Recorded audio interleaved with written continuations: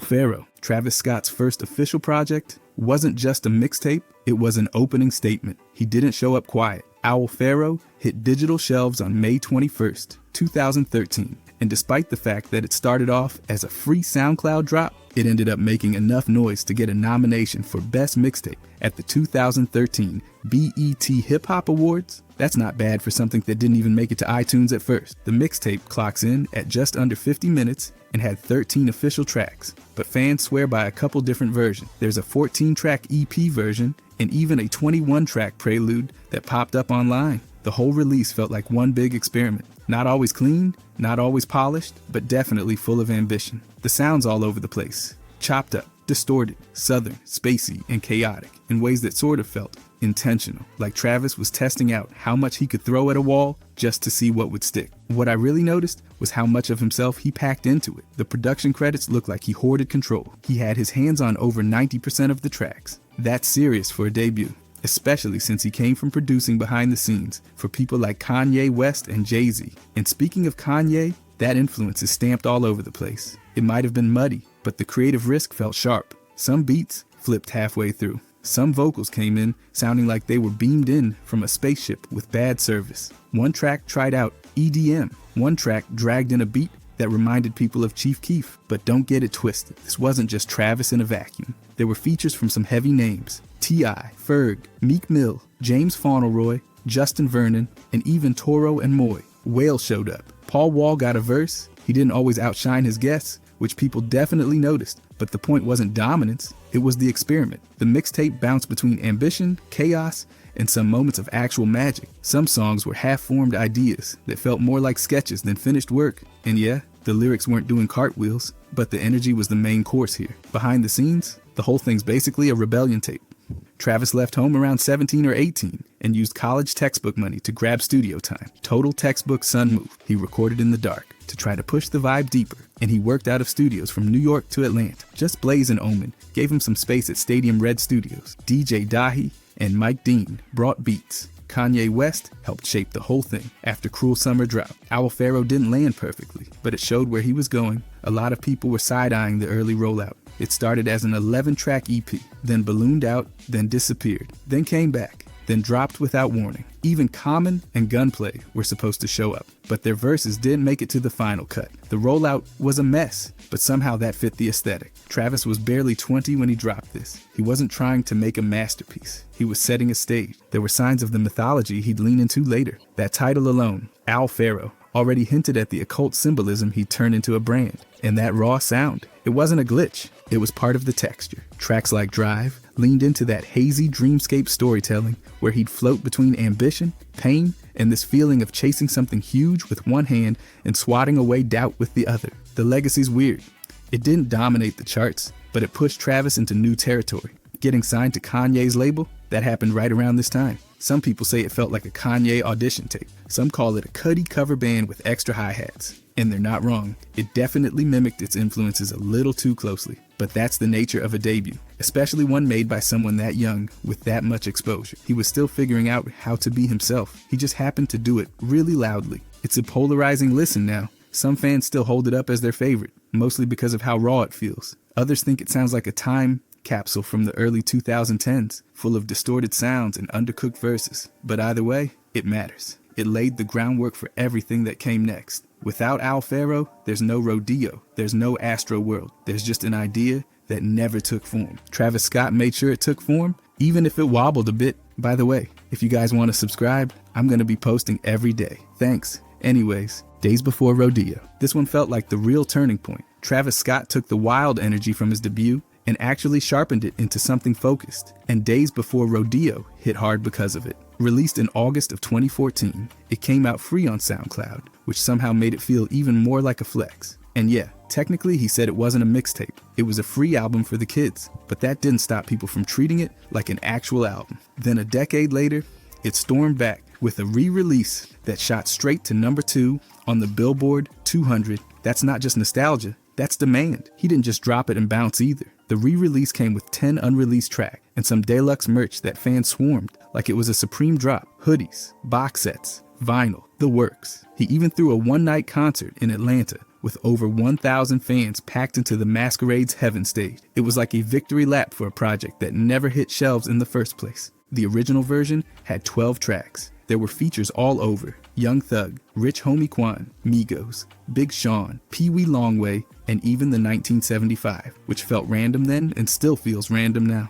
Young Thug showed up more than once and totally took over Skyfall. The chemistry between him and Travis? Real. Migos were doing their rapid fire thing on Sloppy Toppy, which felt like it was built to go viral. And Big Sean brought just enough polish to Don't Play to give it that radio readiness. But it was the production that did most of the heavy lifting. Travis Executive produced the whole thing. And this time, the sound wasn't just experimental, it had real direction. You could hear the blueprint for Rodeo starting to form. It had that Houston style, mixed with psychedelic samples and eerie atmospheres. Beats would flip unexpectedly, like on Quintana Part 2, where T.I. used to have a verse that mysteriously vanished from the streaming version. Drugs You Should Try It floated like a dream, and Mamacita brought this bluesy guitar bend that somehow worked inside a trap beat. And yeah, his vocals weren't amazing. Some of the verses just didn't land. He relied on features to bring most of the lyrical weight, and in a few songs, he kind of faded into the background. But this wasn't about lyrical dominance. It was about curating a sound.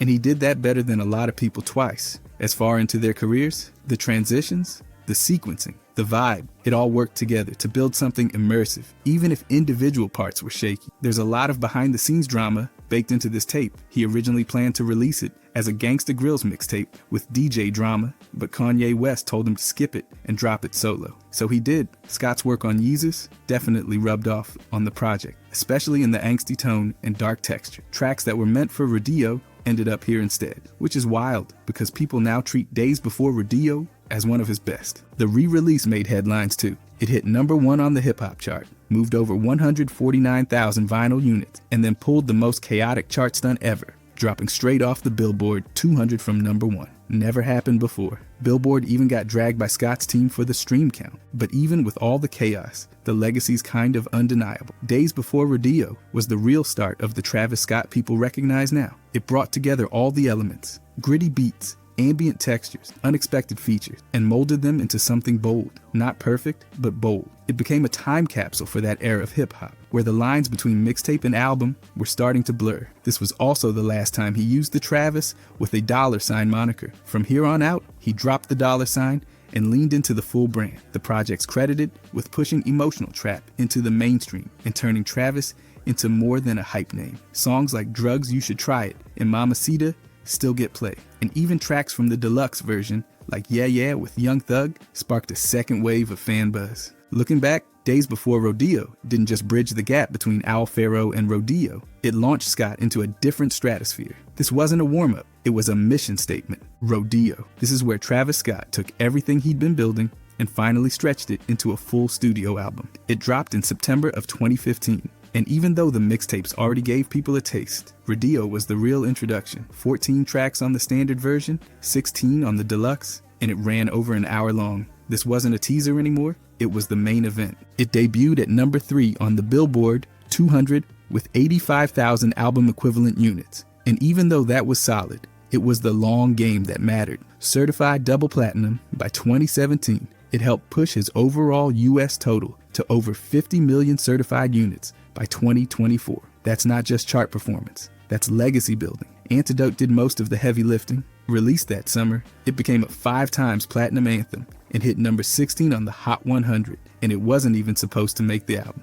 That was a throwaway track that caught fire in clubs. The production was wild. Travis Executive produced the album, and the credit list is like a flex sheet. Mike Dean, Metro Boomin, Kanye West, Southside, and a small army of others. It had a polished, cinematic feel that took what Days Before Rodeo started and turned it into a stadium show. The beat switches on 90210 and Oh My This Side weren't just cool. They turned both tracks into 2-part journeys. Piss on Your Grave had Kanye jumping into a distortion-heavy rock blender, and Flying High leaned on Toro and Moyd's dreamy touch. It all sounded expensive, because it was. Lyrically, the album doesn't dig deep. There's a lot of flexing, partying, late nights, and references to Houston. Pornography opens the album with T.I. narrating Scott's rise, and Oh My This Side tries to ground that story in his Missouri City roots. But the writing isn't what draws people in, it's the experience. Travis wanted the album to feel like a chaotic amusement park, a sonic version of the defunct Astroworld he grew up near. that idea shows up everywhere. There's a hall of mirrors quality to the way tracks move, build, and break apart.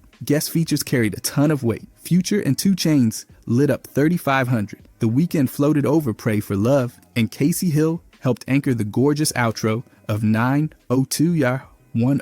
Justin Bieber turned up on Maria I'm Drunk alongside Young Thug, and somehow that trio didn't crash into itself. Even Chief Keef and Sway Lee tag-teamed Nightcrawler like they were born for it. But the real centerpiece was Antidote, with Travis fully commanding the moment. It sounded nothing like anything else on the radio at the time, and it became the one everyone knew. Still, not everything hit. I Can Tell dragged the momentum, and Flying High felt like filler. The deluxe edition included OK Alright and Never Catch Me, but those didn't move the needle much either. There were complaints about overproduction too. Some critics thought the album was trying too hard to be big. Others pointed out that Travis's own vocals often took a backseat to the beats or got outshined by features. But that was kind of the point. Rodeo isn't about showing off lyrical range. It's about curation. The whole project plays like one long mood board. Psychedelic trap, rock elements, ambient breakdowns, and Houston all melted into one long, dark ride. He had help, sure, but he shaped the entire structure. Scott obsessed over details, spent months fine-tuning tracks with Mike Dean,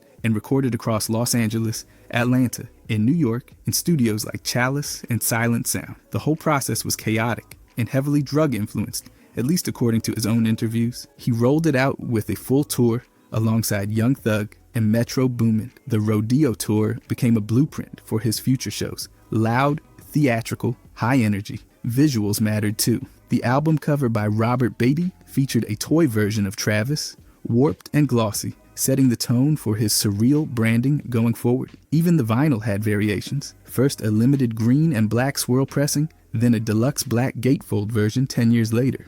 Rodeo made Travis a headliner. It connected him with Kanye, cemented his Grand Hustle link, and proved he wasn't just another mixtape kid. He built a sound so defined that other artists followed it. People like Playboi Carti and Don Toliver ended up riding the same wave years later. For all its flaws, Rodeo left a mark. It didn't win every critic over, but it convinced fans that Travis had carved out his own lane. Even when some tracks stumble, the overall ride never stops moving. And that's exactly what he wanted. Something chaotic, immersive, and loud enough to drown everything else out. Birds and the Trap Sing McKnight. This was Travis Scott's most focused project yet. It dropped in September of 2016 and immediately shot to #1 on the Billboard 200. It wasn't just the charts though. The sound marked a shift. 14 tracks, just under 54 minutes, and barely a wasted second. The production was sleek, the features were stacked, and the mood was completely dialed in. The project had a different feel from Rodeo. That one was chaotic and hued. This one was shadowy and sharp.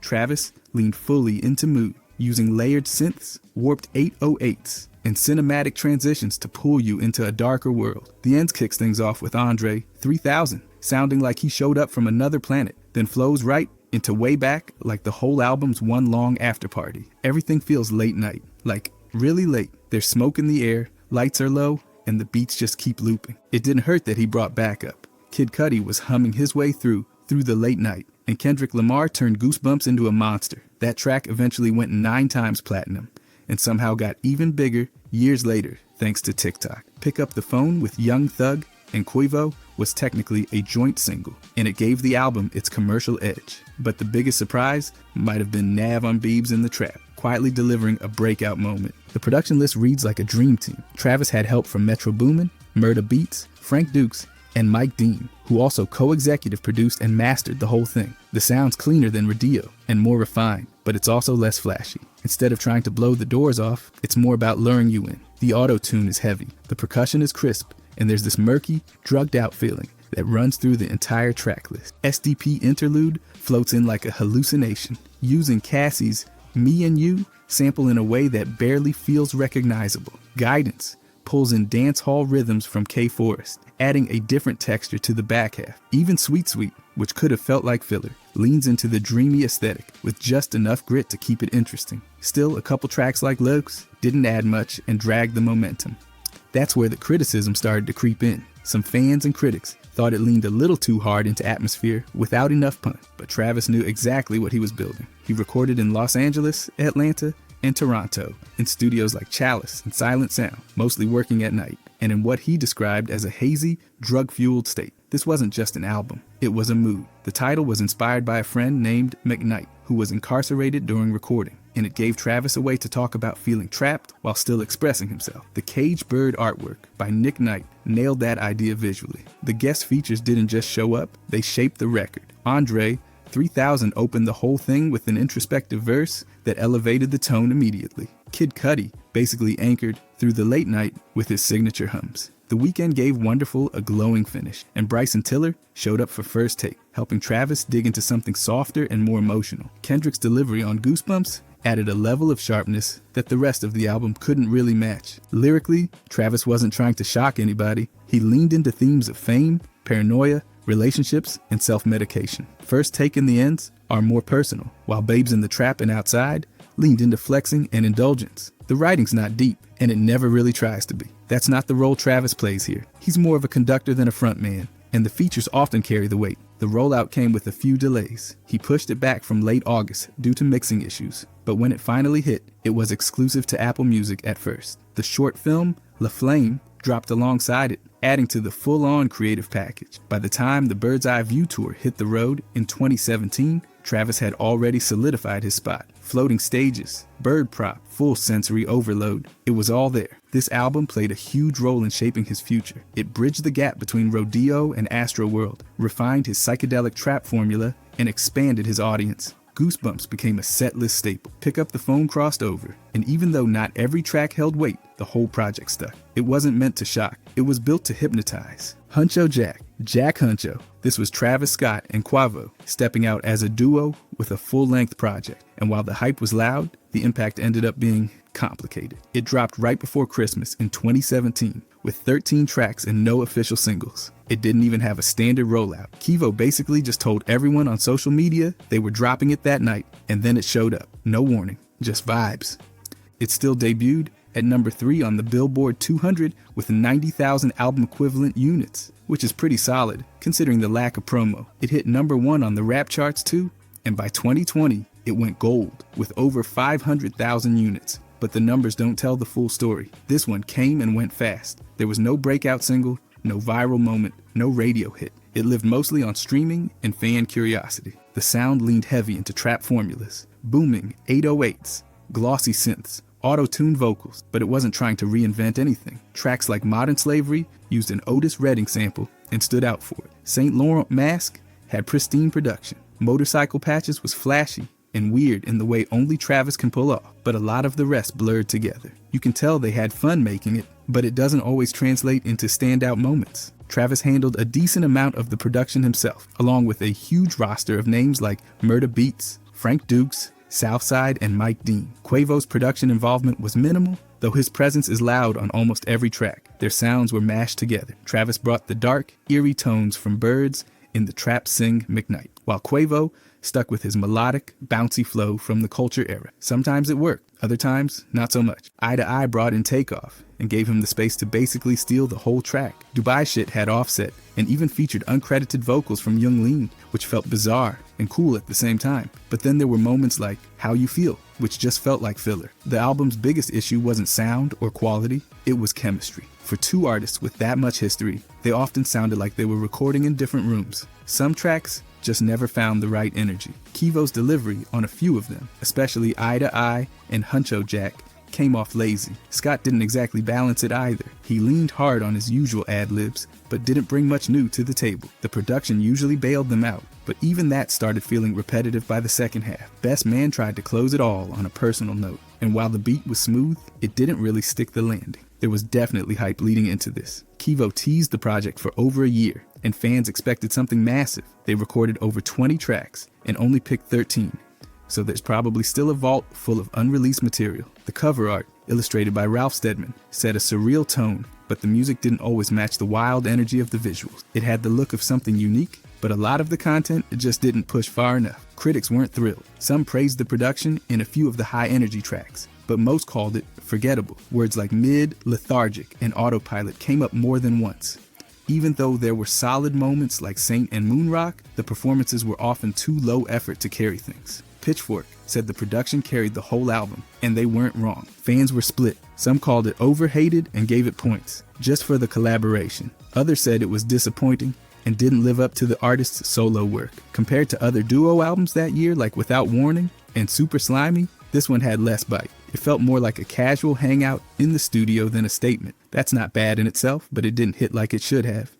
Still, a few tracks survived. Modern Slavery became a cult favorite. Motorcycle Patches pops up in live sets. And in July 2024, Kivo teased a sequel, so clearly, they think there's more to explore. This wasn't a failure, but it wasn't a triumph either. It was just a weird detour in both their discographies. Something that made sense on paper, looked cool from a distance, but once you got up close, it didn't hit with the force it should have. Astroworld. This one was built to be big. Travis Scott's most ambitious project dropped in August of 2018, and right out the gate, it exploded. 17 tracks, just under an hour, and it debuted at #1 on the Billboard 200 with over 537,000 units, moved in its first week. Nearly half of that came from pure sales, which almost never happens anymore. It also topped charts in Australia, Canada, New Zealand, and landed in the top 10 in over 15 countries. There was no doubt this was a global moment. The idea behind the album was personal. Travis wanted to bring back the feeling of Houston's old Six Flags Astroworld Park, which closed in 2005. That theme guided everything, from the music to the visuals. The cover by David LaChapelle featured a golden Travis head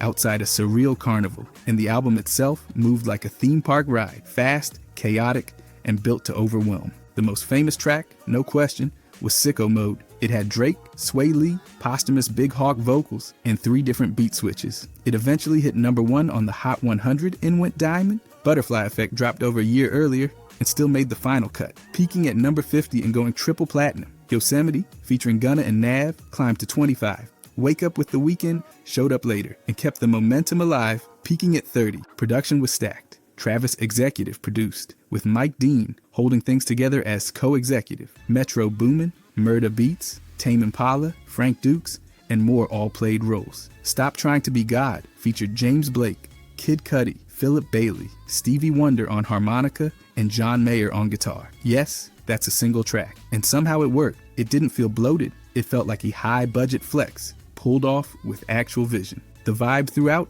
was psychedelic trap. Tracks like Stargazing and Astro Thunder drifted through space with layered synths, crisp 808s, and enough auto-tune to stretch each vocal line like melted neon. Rest in peace, Screw. Paid tribute to DJ Screw with that chopped and screwed sound. Houston Fornication leaned into hometown references, and Coffee Bean, closing things out, stripped back the production entirely and gave Travis a chance to speak with some clarity about relationships and fame. The collaborations didn't just help carry the album, they shaped it. Tame Impala added a dreamy edge to Skeletons. Don Toliver made his big entrance on Can't Say, which led to his signing with Cactus Jack. Juice WRLD, Sheck West, The Weeknding, and 21 Savage all showed up. Every guest had a purpose, which made the album feel like a curated experience instead of a compilation of big names. Drake's role in Sicko Mode might have stolen headlines, but that track was just one piece of a much bigger puzzle. Behind the scenes, Travis spent 2 years building this thing. He worked in studios across Hawaii, Los Angeles, and Atlanta. The sessions in Hawaii were especially important, laid back, collaborative, and filled with rewrites. Sicko Mode alone went through multiple revisions before landing in its final form. Scott treated this project like a theme park soundtrack. He wanted each track to feel like a different ride, which explains the sudden shifts in tempo and tone. It wasn't subtle, but it wasn't supposed to be. Mixing and mastering were handled by Mike Dean and Alex Tomei, and the final polish was next level. The vinyl version sounded crisp, the transitions were smooth, and the dynamic range made it perfect for live shows. The album was made for volume, headphones, festivals, car speakers. It didn't matter. You felt it. Critically, it landed hard. Metacritic gave it an 85. Pitchfork called it a fully realized vision. NME gave it a perfect score. Rolling Stone called it a thrilling ride. There was some criticism. People still called out Scott's repetitive lyrics and reliance on features, but almost everyone agreed it was his most cohesive and complete work. Who? What? Got called a weak link, but that was about it. Most of the project held strong. Astroworld wasn't just an album. It became a whole era. The Wish You Were Here tour grossed over $53 million, complete with a literal roller coaster on stage. The Astroworld Festival launched later that year. It was all tied together. The sound, the visuals, the live show, and it put Scott on a whole new level. The success also opened the door for others. Don Toliver broke out. Cactus Jack Records gained serious traction. Scott went from headlining festivals to building his own. Even though the 2021 Astroworld tragedy cast a long shadow over the legacy, the music itself remains one of the most defining hip-hop moments of the late 2010s. Jackboy. This one was less of an album and more of a flex move. It dropped right at the end of 2019, like Travis wanted to close the decade with a chaotic little mixtape full of fast energy and label promotion. The whole thing's under 22 minutes, and it sounds like it was cooked up in a week of caffeine and neon lights. But it worked. It hit #1 on the Billboard 200, snagging that title as the first chart topper of the new decade. So yeah, fast and flashy, but people still ate it up. They stacked the project with names: Don Toliver, Sheck West, Young Thug, Rosalia, Pop Smoke. And Travis didn't even carry the weight like you'd expect. Don Toliver stood out the most, sounding way more emotionally locked in than anyone else. What to Do showed his whole vibe: moody, melodic, kind of spacey. It's wild that on a Travis-led album, he's the one most people walked away remembering. Meanwhile, Pop Smoke brought that drill flavor on Gaddy, and it hit hard enough to feel like a totally different zone from the rest. Travis barely kept up with him there. The project didn't waste time trying to be deep. It was about cars, parties, flexes, and running through verses like a relay race. The lyrics were mostly just surface-level flashes, nothing too introspective or clever. That was part of the criticism. People expected more after Astroworld, but this felt like a compilation cooked up to push merch, which, let's be real, it kinda was. The merch bundles hit before the album even dropped, with t-shirts and hoodies, bundled with digital pre-order. The short film was all fast cars and late-night madness. On brand, but still. They dropped 7 tracks, and 6 of them charted on the Hot 100. The Highest in the Room remix had the biggest numbers, helped by the Rosalia and Lil Baby feature. That one went #1 and eventually double platinum. Out West went viral too, thanks to TikTok and Young Thug's delivery. If you were outside in early 2020, you definitely heard that one way too many times. The rest of the tracks had mixed reactions. Gang Gang had energy, but felt a bit undercooked. Had Enough had Quavo and Offset, but even with that Migos sauce, it didn't stand out much. Production-wise, it was all in Travis's wheelhouse. Psychedelic trap, heavy bass, auto-tuned vocals. The beats leaned hard into that atmospheric sound, but didn't push it anywhere new. Mike Dean was back on the mixing, so at least everything sounded clean, even if it didn't bring any surprises. Some folks felt it recycled too many ideas, like they ran with the same formulas without tweaking anything. When it did shift gears, like on Gaddy, it was more because of the guest than the production. That beat felt like Pop Smoke brought it with him from New York. They recorded it fast in Los Angeles and New York right after the Astroworld wave. The urgency shows. The album isn't trying to build an arc or tell a story. It's a rapid-fire snapshot of where Cactus Jack was at the time. Travis wanted to show off his label, and this was his way of throwing the spotlight. Don Toliver came out looking like a future star. Sheck West was there, but didn't make a huge impact. Luxury Tax got some sneaky vocals in, uncredited, but nothing major. Even the vinyl had its own mini drama. The sound was praised for the bass, but collectors were annoyed by the cheap packaging and occasional noise. You'd think for all the money flying around, they could have made a sleeve that didn't feel like a napkin. But the visuals were slick, the cars were shiny, and the short film helped boost the whole aesthetic. In the end, Jackboys felt like a teaser. It hit #1, helped Don Toliver get a bigger spotlight, and showed Pop Smoke's rising power before his massive breakout.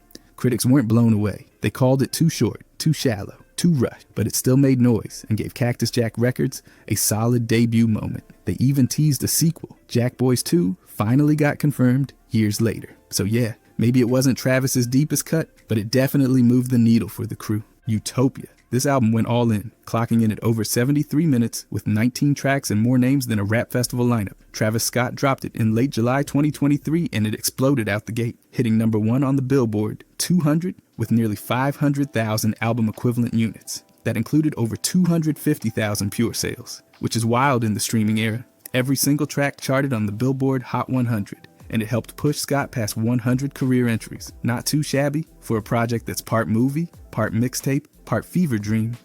The vibe's dark, cinematic, and full of beat switches and experimental turns. It's like Scott took a sound bath in Yeezus and came out drenched in bass. Circus Maximus even pulls directly from Black Skinhead, and Kanye West's influence bleeds all over this thing. God's Country and Telekinesis have those same haunting textures you'd expect from Don Do Sessions. And yeah, he is listed as a producer too, so it tracks. Meanwhile, Mike Dean was back behind the board, making sure it all sounded rich, glossy, and very much like something made in a laser-filled cave. The features come fast and heavy. You've got Drake, Beyonce, Playboi Carti, SZA, The Weeknd, Future, Bon Iver, James Blake, even Dave Chappelle doing spoken word on Parasail. There's a moment where Stormy, Travis's daughter, gets a little uncredited vocal on Thank God. Cardi's presence on Fiend was the most polarizing, but it helped the track explode on TikTok and even land in Gatorade ads. That one ended up with hundreds of millions of streams and became the biggest hit from the album. Beyoncé's Del Resto gave off dance floor vibes from her Renaissance era, but somehow stayed eerie enough to match the project's tone. Physically, the vinyl had multiple versions, including clear pressings that looked and sounded slick, though some people got copies with torn center labels. Classic quality control. Meltdown, the track with Drake, was left off the early physicals and then re-added days later. That song got attention thanks to Drake's not-so-subtle jabs at Pusha T. It sampled TIE fighter sounds, just in case the beef needed more drama. Lyrically, the album dips in and out of chaos. Travis spends most of it talking nightlife, drugs, fame, and vague ideas of utopia. I Know shows a rare flicker of vulnerability, reflecting on addiction and pressure. My eyes go soft and introspect, and it stands out for how much it doesn't sound like the rest. But let's be honest, lyrics were not the selling point here. Most critics called them shallow, and it's hard to argue when you get lost in the features and effects. Production was ambitious. There's psychedelic trap, boom bap on Hyena, prog rock on Sirens, even reggaeton elements on K-pop. Scott pulled from all angles, bringing in Daft Punk's Guy Manuel, Bon Iver's Justin Vernon, and Metro Boomin to cook up something chaotic. The result is layered and maximalist, but sometimes scattered. Tracks like Topia Twins and Schizo got slammed for feeling like filler, even with solid guests like 21 Savage and Young Thug. The rollout was messy but effective. Delayed after the Astroworld tragedy in 2021, Scott had to reset. The project got teased, shelved, then teased again. He previewed it for the Astros, plastered billboards across LA and Houston, and nearly performed it at the Pyramids of Giza before that fell apart. The final drop came with the film Circus Maximus, featuring Rick Rubin, strange visuals, and enough existential pacing to make your head spin. Utopia ended up being a comeback for Scott. Even if it wasn't as cohesive as Astroworld, it dominated globally, hit #1 in over 10 countries, and powered a huge tour. Fie became a viral staple, and the album deepened the influence of Cactus Jack artists like Tizo Touchdown. But the Astroworld tragedy still cast a shadow. Critics were quick to point out that Scott didn't really address it in the music, which didn't sit right with some listeners. Despite that, the album's impact was huge. It wasn't perfect, but it was bold, experimental, and very Travis Scott. If you enjoyed this, I'm going to be posting a lot here. I would greatly appreciate it if you could subscribe. Thanks for watching.